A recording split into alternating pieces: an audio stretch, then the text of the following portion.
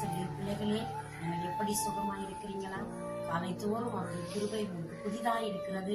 இந்த நாளிலும் ஒரு எதிர்பார்ப்போடு நீங்க ஆண்டவருடைய சமூகத்துல காணப்படுறீங்களா? இல்லை சொன்ன, ஐயோ எனக்கு பல அலைச்சல்கள், ஆண்டவர் எனக்கு பதில் தருவாரா? இந்த பிரச்சனைக்கு ஒரு தீர்வு உண்டா? நான் அழுகிறதுனால என் கண்கள் மிகவும் சோர்ந்து போய்விட்டது, என் கண்களில் கண்ணீரே இல்லை என்று சொல்லும் அளவிற்கு நீங்கள் ரொம்ப கண்ணீர் வடித்து சோர்ந்து போய் இந்த நாளில நிக்கிறீங்களா? ஆண்டவர் உங்களை காண்கிற தேவனாய் இருக்கிறார். இந்த நல்ல நாளிலும் ஆண்டவர் தம்முடைய வசனத்தை கூட உங்களோடு பேச போகிறார். தேவனுடைய வார்த்தை நிச்சயமாய் உங்களை தைரியப்படுத்தும். இந்த காலையில் ஒரு உற்சாகத்தை கொடுக்க போகிறது, ஒரு பலனை கொடுக்க போகிறது. அவருடைய வார்த்தையினால் நீங்கள் ஆற்றப்பட போகிறீர்கள், தேற்றப்பட போகிறீர்கள்.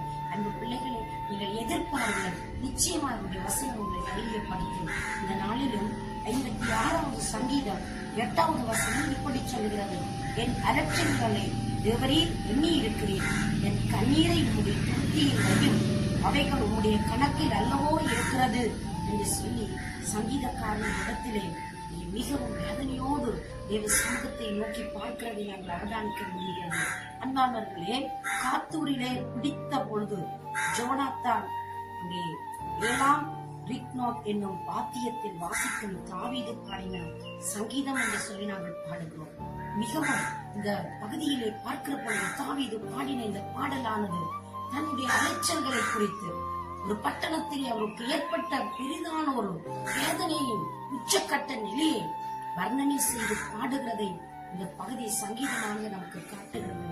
சங்கீதக்காரன் தாவீது தன்னுடைய வாழ்க்கையிலே கண்ணீர் வடித்த நேரங்கள், கதறின நேரங்கள், தன்னுடைய வாழ்க்கையில் அவமானங்கள், நிந்தனைகள், துரோகங்கள், விரோதங்கள் எழுந்த பொழுதெல்லாம் தான் என்ன செய்வதென்று அறியாமல் திகைத்து நின்ற நேரங்களில் கண்ணீர் வடித்த பொழுது கடவுள் அவரை ஆற்றி தேற்றி அரவணைத்து அவருக்கு செய்த அற்புதத்தை குறித்து இந்த பகுதியிலே நாங்கள் பார்க்கலாம்.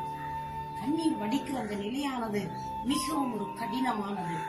இவன் நாம் படுகிற ஒவ்வொரு சூழ்நிலைகளிலும், ஒவ்வொரு நிலைகளிலும் நம்மளை காண்கிறவராய் இருக்கிறார். உயர்வு, தாழ்வு, குறைவு, இப்படிப்பட்ட சூழ்நிலைகள் நிமித்தமாக துன்பங்கள், அதே போல அவமானங்கள், தலைகுனிவுகள் வருகிற பொழுது நம்முடைய வாழ்க்கையில தாங்கும் நாம் துயரக்கூண்டு நம்ம கடவுளுடைய சமூகத்திலே கண்ணீர் வடிக்கிறோமே, இந்த கண்ணீர்களை அவர் அற்பமாய் எண்ண மாட்டார். இந்த கண்ணீர்களை அவர் துருத்தியிலே வைத்திருக்கிறார். என் அலைச்சல்களை எண்ணியிருக்கிறீர் என்று சொல்லி சங்கீதக்காரன் தாவீது தெய்வத்துக்கு மகிமை செலுத்துவதை நாங்கள் பார்க்கலாம். அன்பு பிள்ளையே, ஒரு நாள் ஒரு ஏழை தகப்பன் மிகவும் கடினமாய் கஷ்டப்பட்டு உழைத்துக் கொண்டிருந்தார். கல்களை உடைத்து தன்னுடைய வாழ்க்கை செலவு செய்வதற்கென்று செலவழித்துக் கொண்டிருந்தார். ஒரே ஒரு மகள் மிகவும் கவனமாய் அவளை பராமரித்து படிப்பித்துக் கொண்டு வந்தார். ஒரு நாள் அந்த மகள் தன்னுடைய படிப்பிற்காக ஒரு தொகை பணத்தை தன் தகப்பனிடத்தில் கேட்டார். அந்த தகப்பன் இரவு பகலாக உழைத்து நிமித்தமாக கைகளிலே காயங்கள் ஏற்பட்டது.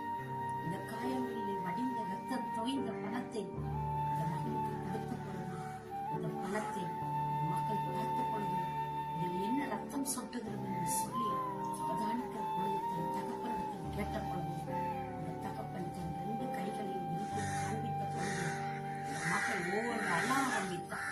இந்த கண்களில் இருந்து கண்ணீர் சொரிய ஆரம்பித்தது.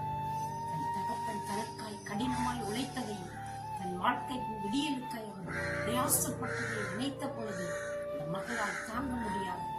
வாழ்க்கையில் சவால் எடுத்தார், தான் சாதிக்க வேண்டும் துணிந்தார். நல்ல பட்ட படிப்பை முடித்து ஒரு வைத்திய அதிகாரியால் மாறினார். இந்த தகப்பனுடைய கண்ணீருக்கு, அவருடைய உழைப்பிற்கு மதிப்பளிக்கும் வகையில் தன் வாழ்க்கையில் சாதித்து காட்டினார். உலகத்து மனிதர்களே இப்படி பொறுப்புள்ளவர்களாய் இருக்கிற பொழுது உலகத்து மனிதர்களுடைய வேதனைகள், பாடுகளை பிள்ளைகள் நினைத்து அங்கீகரித்து அதற்காய் பிரயாசப்படுகிற பொழுது இந்த பரம லோகத்தையும் சர்வ லோகத்தையும் படைத்த ஆண்டவர் நம்மளுக்காய் செய்த தியாகங்கள் எத்தனை பெரியது! அவருடைய காயங்கள் எவ்வளவு ஆழமானவைகள்! கைகளில் இருந்து ரத்தம் வடிந்தது, சிரசில் இருந்து ரத்தம் வடிந்தது, வெளாவில் கால்களில் இருந்து ரத்தம் வடிந்தது. இந்த ரத்தம் சகல பாவங்களையும் கழுவி நம்மை சுத்திகரிக்கிறது. இன்றைக்கு தகுதியுள்ள மக்களை எங்களை மாற்றுவதென்றால் ரத்தம் தான் பிரியமானவர்கள். இந்த பிள்ளைகள் இப்படி தன் உயிரை கொடுக்கும் அளவிற்கு தன்னை முழுவதுமாய் அர்ப்பணம் பண்ணினார், தியாகம் பண்ணினார். அந்த தெய்வம் நம்முடைய கண்ணீரை பார்த்து கொண்டு எப்படி அமைதியாக இருப்பார், எப்படி பேசாமல் இருப்பார், எப்படி அவர் பாராமுகமாயிருப்பார். நீ அழுகிற அழுகையின் கண்ணீரை என் தேவன் காண்கிறார். என்னுடைய வாழ்க்கையிலே குழந்தை செல்வமே என்று அழுகிறதை காண்கிறார். என் பிள்ளைகளை நான் எப்படி வளர்ப்பேன், என் பிள்ளைகளை எப்படி பராமரிப்பேன் என்று தெரியாமல் நீங்கள் தவித்து நிற்கிறதை தெய்வம் பார்க்கிறார். நீங்கள் ஏமாற்றப்பட்டது தெய்வத்திற்கு தெரியும். நீங்கள் கைவிடப்பட்ட நிலையில் வந்து கதறுகிறது அந்த வேதனையை புரிந்து கொள்கிற ஆண்டவர் உங்களோடு கூட இருக்கிறார். எந்த மனிதர்கள் உங்களோடு இல்லாவிட்டால், எந்த மனிதர்கள் உங்களோடு பயணிக்காவிட்டால், அவளை படைத்த ஆண்டவர் உங்களோடு இருக்கிறார். இன்றைக்கு இருதயம் கலந்து, தெய்வமே என் வாழ்க்கையில் வாழும், எனக்கு ஒரு விடியலை தாரும், எனக்கு ஒரு விமோசனத்தை உண்டாக்கும் என்று சொல்லி நீ தெய்வத்தை நோக்கி பார்ப்பாயிருந்தால் இன்றைக்கு தேவன் ஒரு அற்புதம் செய்வார். அந்த மகளுக்காக தகப்பன் கடினமாய் உழைத்தார். இரவு பகல் பாராது வேர்வை சிந்தி ரத்தம் சிந்தி கடினமாய் பாடுபட்டார். அவரை பார்க்கிலும் தன் ஜீவனை கொடுத்த பரமபிதா என்னையும் உங்களை எப்படி அவர் மறப்பார், எப்படி அவர் பாராமுகமாய் இருப்பார். இந்த நண்பு பிள்ளைகளை இந்த நாளில் அதிகாலையில் தேவனுடைய வார்த்தைக்கு நேராக நீங்கள் காத்திருக்கிறீங்களோ, கர்த்தருடைய வசனம் உங்களை தைரியப்படுத்த போகிறது. உற்சாகப்படுங்கள், எழுந்து காரியத்தை நடப்பியுங்கள். கர்த்தர் உங்களை பராமரிப்பார், பாதுகாப்பார், உங்களை நடத்தி செல்வார். நாங்கள் அவரை நோக்கி பார்க்கிற ஒவ்வொரு நிமிஷமும் பொழுதும் வினாடிகளிலும் நமக்கு உதவி செய்கிற அன்பின் கரம் நம்மோடு கூட கடந்து வரட்டும்.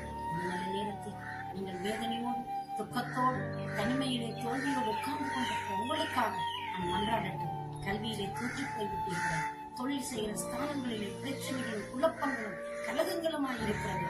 எந்த அடிமைத்தனம், எந்த அதிகாரங்கள் உங்களை வேதனைப்படுத்திக் கொண்டிருக்கிறது, அந்த நிலையில் இருந்து அடைத்த கடவுளை எனக்கு இறங்கும், எனக்கு ஒரு பதில் தாரும் என்று சொல்லி நீங்கள் கேட்பீர்களா இருந்தால் உங்களுக்காக அற்புதம் செய்ய வல்லவராக இருக்கிறார். நான் உங்களுக்காக ஜெபிக்கட்டுமா? அவரை நோக்கி பார்க்கலாம். சர்வ வல்லமை உள்ள நல்ல ஆண்டவரே, இயேசுவின் நாமத்தினால் உடைய பிள்ளைகளுக்கு ஒரு நன்மை செய்யும்படி நாங்கள் மன்றாடுகிறோம் ராஜா. அவரை நோக்கி பார்க்கிறவர்களுக்கு நீர் உதவி செய்ய வல்லவர் ஐயா. நீர் இந்த நாளிலும் உடைய பிள்ளைகள் இருக்கும் அந்த நிலையிலே கடந்து சென்ற ஒரு அற்புதத்தை செய்வீங்களா? ஒரு அதிசயம் நடப்பதாக, கண்ணீர்கள் துடைக்கப்படுவதாக. ஆண்டவரே, அலைச்சல்களை அறிந்தவரே, நீர் ஒரு அற்புதம் செய்து உடைய மக்களை கனம் பண்ணி காக்கும்படி உடைய கரங்களில் ஒப்புக் கொடுத்து இயேசு கிறிஸ்துவின் நல்ல நாமத்தில் தாழ்மையோடு ஜெபிக்கிறேன். ஜீவனோட நல்ல பிதாவே.